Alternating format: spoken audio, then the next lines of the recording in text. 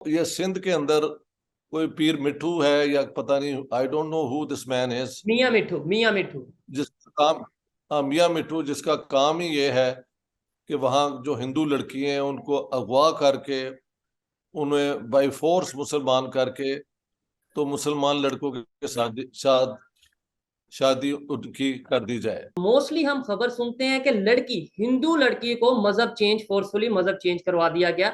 लड़कियों को ही क्यों मोस्टली मजहब चेंज करवाया जाता हिंदू लड़कों को फिर कन्वर्ट करने के बाद मुसलमान लड़की देना कोई इतना आसान नहीं ना होगा।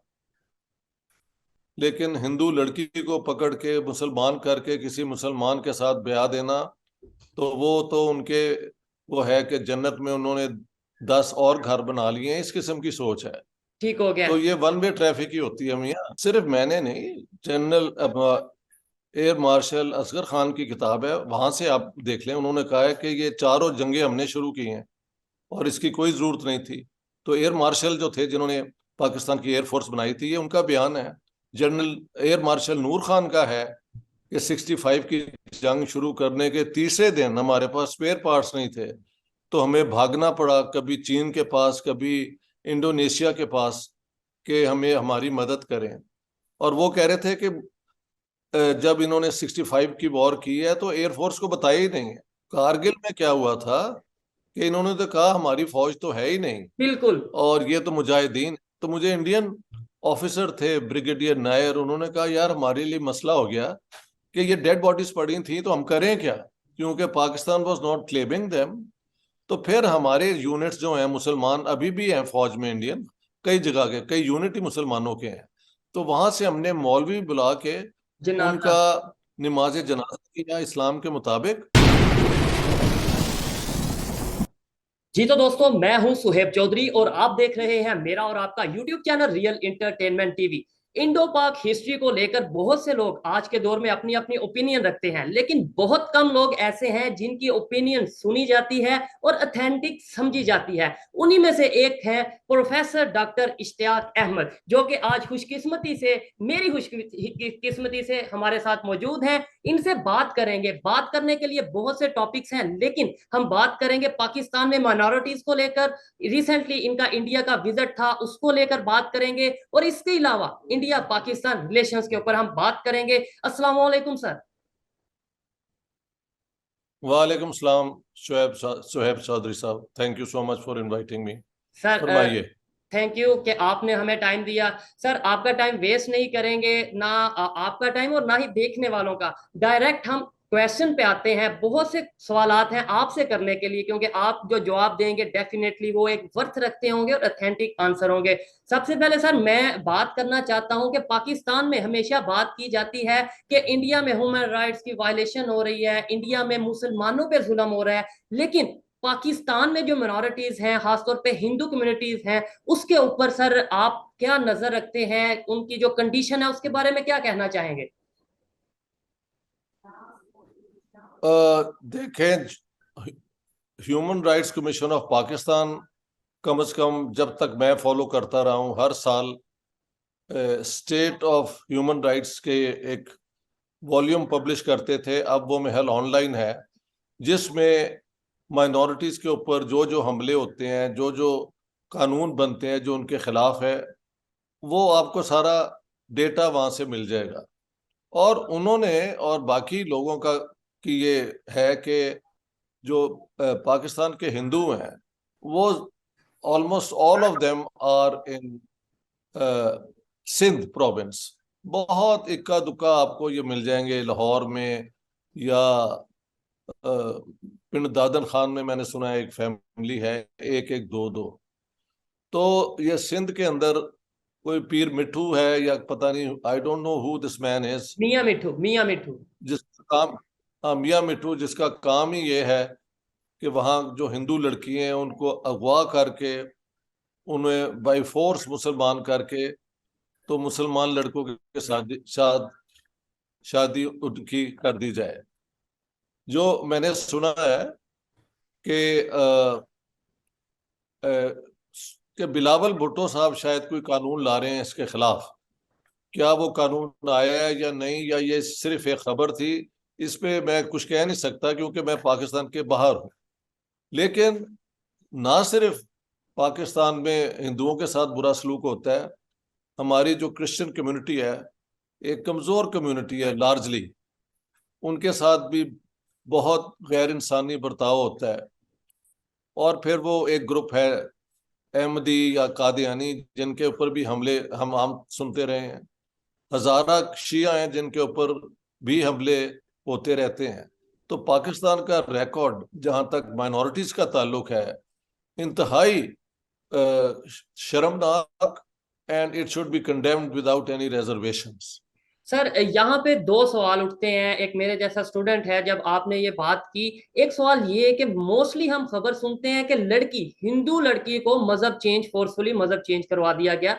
लड़कियों को ही क्यों मोस्टली मजहब चेंज करवाया जाता है? मतलब लेट्स सपोज एक उनकी अगर एक मेंटेलिटी है जी, हमने इस्लाम को फैलाना है, हमने इस तरीके से, तो वो लड़के जो दूसरे एज के लोग हैं उन्हें क्यों नहीं, मतलब जो टीन एजर लड़कियां हैं उन्हीं को क्यों मोस्टली मजहब चेंज करवाया जा रहा है? इसके पीछे भी कोई मिथ है, कोई लॉजिक है उनके मतलब माइंड के मुताबिक?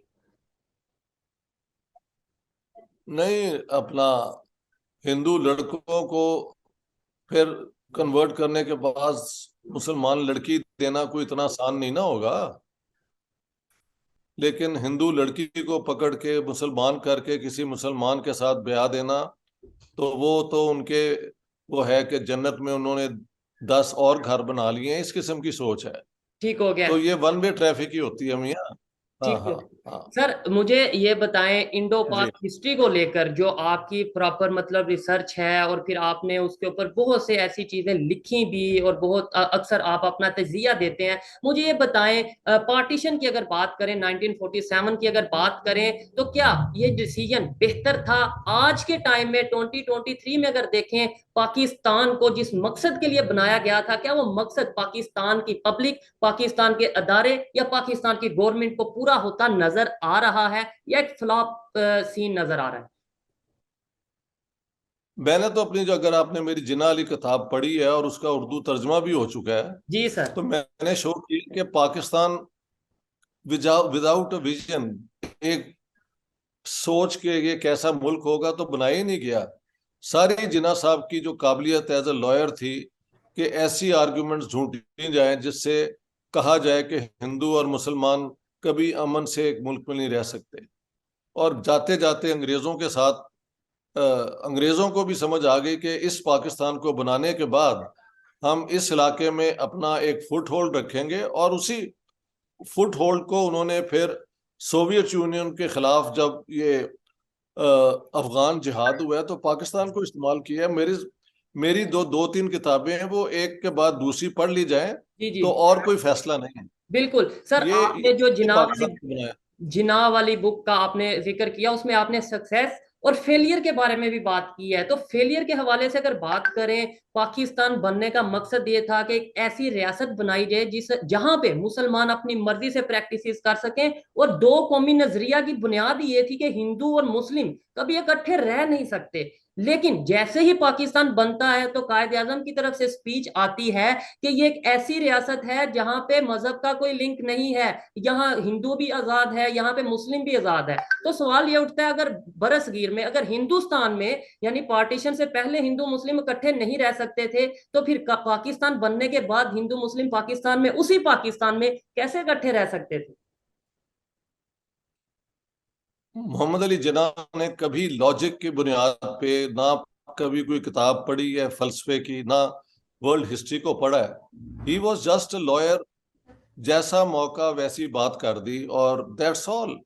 कभी एक भी उनका लॉन्ग आर्टिकल मुझे दिखा दो तो हमारी बात जो करने वाली है खत्म हो जाती है। ये इतना बड़ा जो उनका वो इमेज बनाया गया है, इसी को अब वो लोग क्वेश्चन कर रहे हैं, क्योंकि सच क्या है ठीक कि है। ना कभी किताब पढ़ी, ना किसी चीज का कोई इल्म है, स्वाय के कोर्ट रूम में कैसे जजों को या मैजिस्ट्रेट को इन्फ्लुएंस किया जाए बाय क्लेवर आर्गुमेंट्स। ठीक है। तो अ, तो बात यह है कि आपने बना लिया ना मुसलमानों को बचाने के लिए मुल्क, तो उसी मुल्क में से फिर जो मेजोरिटी मुसलमानों की थी, बिहार अपना बंगालियों की, उनको आपने मिलिट्री एक्शन करके अपने से अलग करवाने करने की वो सियासत की। और अब बलोचों के साथ झगड़ा, और ये जो north west frontier tribal area में सुना है तालिबान फिर नमूदार हो गए हैं, और बरेलवी सुन्नी, देवबंदी सुन्नी झगड़ा पहले दिन से है। तो कौन सा वो मुसलमान उम्मा थी जिसके अंदर मोहब्बत और सॉलिडेरिटी थी? पहले दिन से नहीं थी। और अब तो आप हर रोज वीडियो इनके देख लें उलमा के बातें करते हुए, तो बात खत्म हो जाती है। मैंने तो ये कहा है कि जिन्ना साहब ने कभी, और वो जो 11 अगस्त वाली स्पीच है उसकी भी मैंने पूरी एनालिसिस की है। जी बिल्कुल सर। ये स्पीच सिर्फ इंडियन गवर्नमेंट को ये कहने के लिए कि आप वहां से 35 मिलियन मुसलमान ना निकालें, हम यहाँ पे हिंदुओं और सिखों का ख्याल रखेंगे।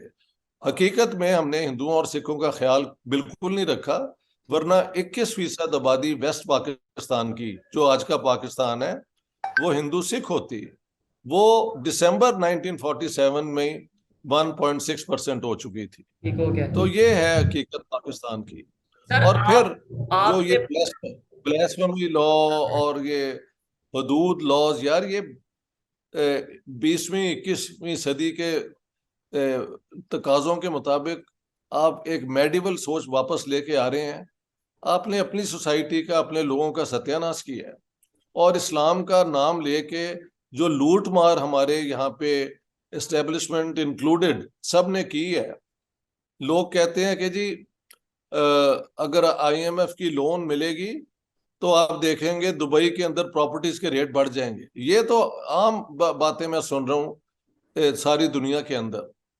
तो ये एक लूट मार 47 में भी हुई थी हिंदू सिख प्रॉपर्टीज की, और उसके बाद इन्होंने स्टेट के जरिए अवाम के जो हकूक हैं उनको लूटा है। और आज ना वहाँ नौकरियां हैं, जो भी लड़का है वो चाहता है पासपोर्ट बने और वो निकल जाए।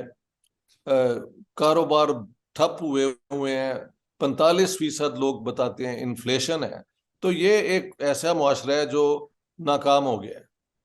सर, आपने बोला कि आपने बंगालियों की बात की कि 1971 में जो उनके साथ किया गया और फिर वो बांग्लादेश की सूरत में एक पार्टीशन हुई। लेकिन हमारे यहाँ पे 1947 से लेके 2023 तक अगर बांग्लादेश का वाकया हुआ, अगर अगर बलूचिस्तान में कुछ होता है, अगर सिंध में कुछ सिंधु देश की बात उठती है, अगर वजीरिस्तान में कहीं पे कुछ होता है, तो हम डायरेक्टली ब्लेम करते हैं इंडिया पे कि जो कुछ हुआ 1971 पे भी इंडिया ने करवाया, बांग्लादेश बलूचिस्तान में भी जो करवा रहा है इंडिया करवा रहा है। मतलब हम 1947 में अलग हो गए, उसके बाद भी हमारे माइंड में, हमारी किसी स्पीच में, हमारे किसी जलसे में कोई ऐसा मतलब पॉलिटिशियन नहीं, कोई भी ऐसा अदारा नहीं जो कि इंडिया का नाम लिए बगैर अपने आप को चला सके और अपनी नाकामियों को इंडिया पे डाल सके। क्या वजह है इसकी कि हम अपनी नाकामी एक्सेप्ट क्यों नहीं करते और उसे बेहतर क्यों नहीं करते अभी भी? बात यह है कि मैंने तो ये सारा कुछ दिखा दिया है कि देखिए, सिर्फ मैंने नहीं, general air marshal Asghar Khan की किताब है, वहां से आप देख लें। उन्होंने कहा है कि ये चारों जंगें हमने शुरू की हैं और इसकी कोई जरूरत नहीं थी। तो एयर मार्शल जो थे जिन्होंने पाकिस्तान की एयरफोर्स बनाई थी, ये उनका बयान है। जनरल एयर मार्शल नूर खान का है कि 65 की जंग शुरू करने के तीसरे दिन हमारे पास स्पेयर पार्ट्स नहीं थे, तो हमें भागना पड़ा, कभी चीन के पास, कभी इंडोनेशिया के पास, कि हमें हमारी मदद करें। और वो कह रहे थे कि जब इन्होंने 65 की वॉर की है तो एयरफोर्स को बताया ही नहीं है। चलो नेवी को भी नहीं बताया, मगर जंग में हर सर्विस को बताया नहीं। और वो कहते थे मैं तो रिजाइन करने वाला था, बट देन आई थॉट कि नेशन जो है डीमोरलाइज हो जाएगी। ये मेरी जो है गैरिजन स्टेट किताब, यार पढ़ लो, उसके अंदर सब डिटेल्स हैं। जी सर। तो इनकी जो कोताही कह लें, इनकी जो बैड, वो, मैं कहता हूं पाकिस्तानी पॉलिटिशियंस स्ट्रेटेजिक थिंकिंग नहीं करते। They are tactically clever. Kargil कर दिया, वेरी क्लेवर टैक्टिक। बाद में उसको डिप्लोमेटिकली पॉलिटिकली कैसे हैंडल करना है, कोई पॉलिसी नहीं है। और आखिर में जाके नवाज शरीफ को मिन्नतें करनी पड़ी बिल क्लिंटन की कि हमारी जो सीज फायर करवा दें। और जंग खत्म करवा दें। ठीक है। और फिर इसके बाद ये सारा कुछ होता रहा है। बलूचिस्तान में अगर इंडिया इन्वॉल्व है या कहीं है तो उसको मैं विदाउट रिजर्वेशन कंडेम करता हूं। बट बात सुने, उसका प्रूफ क्या है? एक ही बंदा इन्होंने पकड़ा हुआ है, वो जो है, अब उसके ऊपर जो मैंने इंडियन से बात की, वो कहते हैं कि इसको ईरान से इन्होंने किडनैप करवाया है। He was there.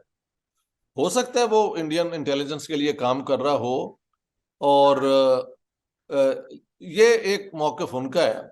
और अगर वो बलूचिस्तान में था तो उस पर कोर्ट केस चला के उसको जो पनिशमेंट दे सकते थे वो फिर दे ना। अभी तक तो वो इंडिया, वो क्या कहते हैं, इंटरनेशनल कोर्ट ऑफ जस्टिस में वो केस है कि डेथ सेंटेंस आपने नहीं देना, तो वो भी डिसाइड नहीं हो सका। लेकिन हमारी तरफ से जितनी टेररिज्म हुई है उसका प्रूफ तो एक नहीं, बेतहाशा है।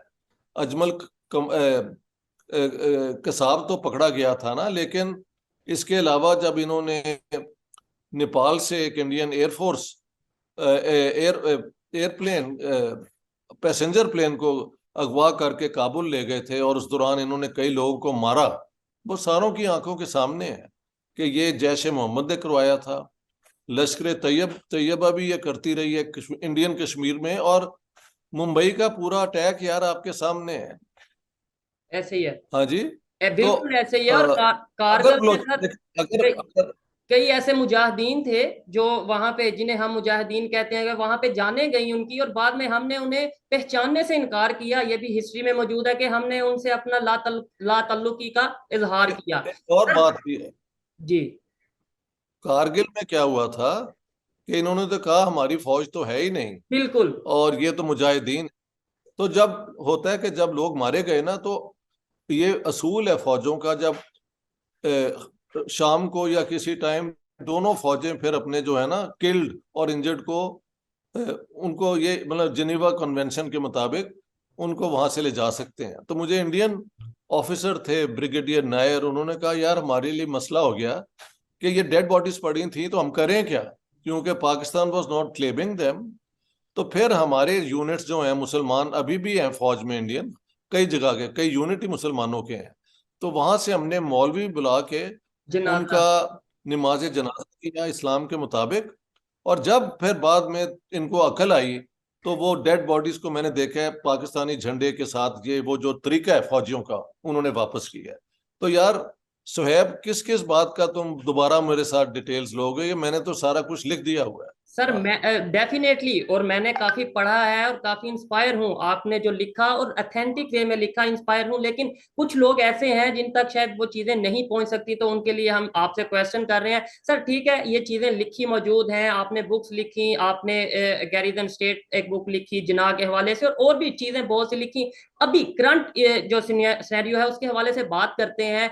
इंडिया विजिट के हवाले से, आपने इंडिया का विजिट किया, आप पाकिस्तानी हैं, आप मुस्लिम भी हैं। आप जब वहां पे गए आपको कैसा ट्रीट किया गया? आपको मतलब क्या कहना चाहेंगे इसके ऊपर?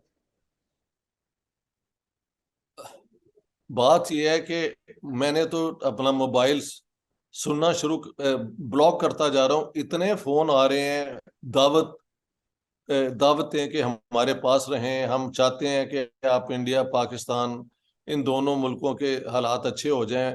हम जब देखते हैं कि पाकिस्तानियों का इतना बुरा हाल है तो वी ऑल्सो फील गिल्टी, और हमें कुछ ना कुछ करना चाहिए। तो मैं तो पूरा पंजाब, इंडियन पंजाब वहां से फिर के आया हूँ, और हर जगह पे मैंने इतनी गुडविल देखी है कि उसकी हद ही कोई नहीं। लेकिन एक लॉबी ऐसी भी है जो हमेशा गालियां देती है, बुरा मुझे कहती है, और उनको इग्नोर करना ही अक्लमंदी है। यहाँ पे एक लॉबी तो है ना, उसका तो हम कुछ कर नहीं सकते। लेकिन लोगों ने मुझे घरों में रखा हुआ है और मेरा पॉइंट ऑफ व्यू सुनते हैं, मुझे बुला लेते हैं। सो इतनी ज्यादा जो गुडविल है ना, दैट इज इम्पोर्टेंट।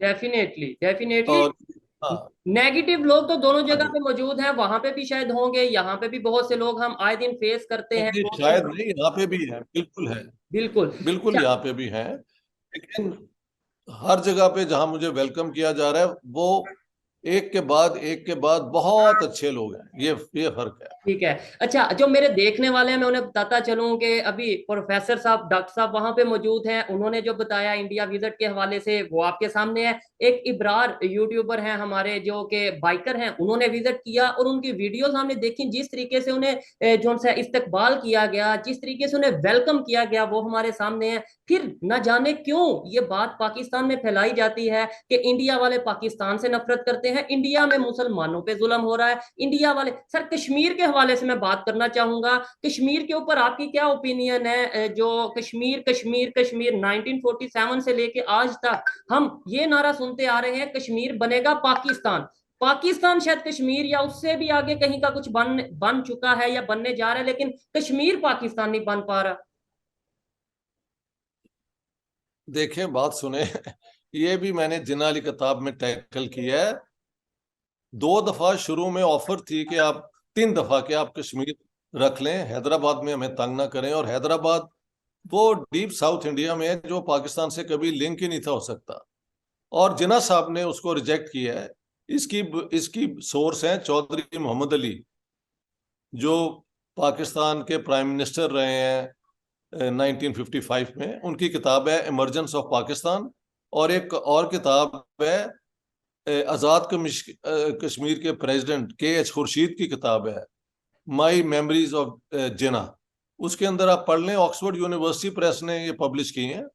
उनमें कश्मीर ऑफर था, लेकिन फिर जब जंग हुई और जंग के बाद जब लाशें गिरती हैं और लोग खून देते हैं, तो फिर तो इस तरह नहीं ना होता कि आप कश्मीर रख लें, क्योंकि इन्होंने हैदराबाद वाला ही पंगा आखिर तक रखा है। जिन्ना साहब ने उसे कह दिया निज़ाम को कि तुम इमाम हुसैन की तरह शहीद हो जाओ। और खुद जब गवर्नर जनरल बन गए तो नेहरू को कहा कि मेरा घर बॉम्बे वाला ना लो प्लीज, वो मेरी मलकियत ही रहने दो, और उसको यूरोपियंस के आगे किराए पे दो, और हर महीने मुझे 3,000 रुपया भी दिलवाओ। ये तो हाल है। ये तुम लोग मेरी किताब दोबारा पढ़ो। ठीक है। Everything is verifiable. मेरी ओपिनियंस नहीं है। बिल्कुल। मैंने अपनी ओपिनियन को मिनिमम रखा। मैंने एनालिसिस किया, ओपिनियन नहीं दी। मैंने जो फैक्ट्स हैं वो ही मैं लेके आया हूं। इसलिए उन पे बहस कैसे करेंगे? जाके चेक कर लें कि ये हुआ है या नहीं हुआ। बड़ी बड़ी बड़ी गहरी बात की है कि ये सर की ओपिनियन नहीं, ये वो चीजें हैं जो ऑलरेडी लोग कह चुके हैं या फिर रिसर्च बेस पे बात की गई है। सर, मुझे थोड़ा सा ये क्लियर करिएगा, आपने बोला 3 बार, 3 बार ऑफर की गई। ये ऑफर इंडिया की तरफ से की गई, ये यूनाइटेड नेशंस ने कुछ ऐसी मतलब ऑफर की कि आप कश्मीर रखें? मुझे ये क्लियर नहीं हुआ, काइंडली आप क्लियर करें। कश्मीर की ऑफर कि आप कश्मीर रख लें, पाकिस्तान वालों को कहा गया, ये ऑफर कहां से हुई और हाँ, किस टाइम में हुई?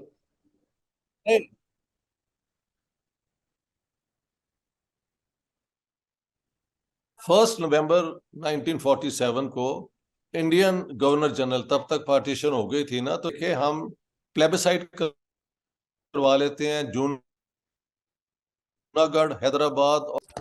आई थिंक किसी टेक्निकल प्रॉब्लम की वजह से अभी हम डिस्कनेक्ट हो चुके हैं डॉक्टर साहब के साथ, और कोशिश करेंगे कि बहुत से मजीद सवालात हैं जो उनसे नेक्स्ट सेशन में, नेक्स्ट किसी प्रोग्राम में हम करेंगे। आपको ये वीडियो कैसी लगी कमेंट में जरूर बताइएगा। जो डॉक्टर साहब की ओपिनियन थी वो कैसी लगी कमेंट में जरूर बताइएगा। और आपके माइंड में इंडिया पाकिस्तान रिलेशन को लेकर जो 4 जंगें इंडिया पाकिस्तान के दरमियान हुई हैं उनको लेकर, या इसके अलावा पाकिस्तान में माइनॉरिटीज को लेकर, इंडिया में माइनॉरिटीज को लेकर कोई भी क्वेश्चन है जो कि आप चाहते हैं कि डॉक्टर इश्तियाक साहब उनका आंसर करें, आप मुझे कमेंट में जरूर बताइएगा। कोशिश करेंगे हम उनसे इन सवालात के जवाब ले सकें। मिलते हैं नेक्स्ट वीडियो में, तब तक के लिए पीस आउट, अल्लाह हाफ़िज़।